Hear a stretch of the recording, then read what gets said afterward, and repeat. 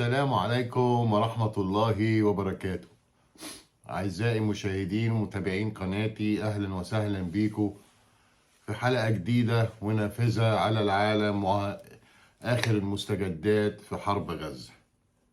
الكشري وصل غزة يا جماعة. احنا مصريين عندنا القدرة اللي احنا نوصل الكشري في كل حتة.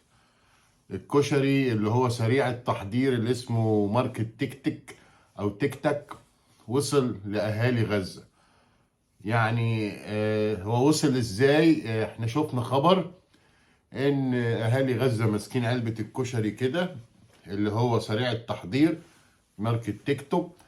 طبعا ده مرمي من السماء، معمولين من الاير دروب، يعني من الطيارات وكده من الجيش المصري في المساعدات اللي كانت بترميها. والواد الصغير في غزة ماسك علبة الكشري كده ويقول لك وصل كشري مصر غزة. طبعا اي مساعدة من الجيش المصري او من شعب مصر او من مؤسسات مصر لغزة مشكورة، وده شيء جميل وحلو وكويس، ويا رب على طول كده. طبعا الولد او العيال الصغيره اللي بغزه اللي بتجري على علب الكشري دي او المساعدات اللي بتنزل من الطياره بيبقوا مش عارفين يعني ايه اللي جاي لهم، يعني عارفين انه اكل وشرب وكده، بس اتفاجئوا ان علبه الكشري سريعه التحضير.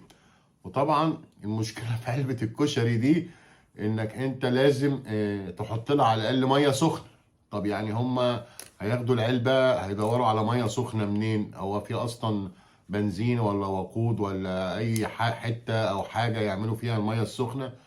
يا جماعه بعد كده يبقى ابعتوا لهم بسكويت الشمعدان او يعني حاجه تتاكل على طول، او اي بسكوت يعني، او اي حاجه تتفتح تتاكل على طول. انما الكشري المصري وصل غزه، وعقبال لما يعني تنزح الغمه دي خالص وما يبقاش محتاجين اللي احنا نرمي لهم كشري ومساعدات، ويحصل وقف اطلاق النار للغلابه الفلسطينيين.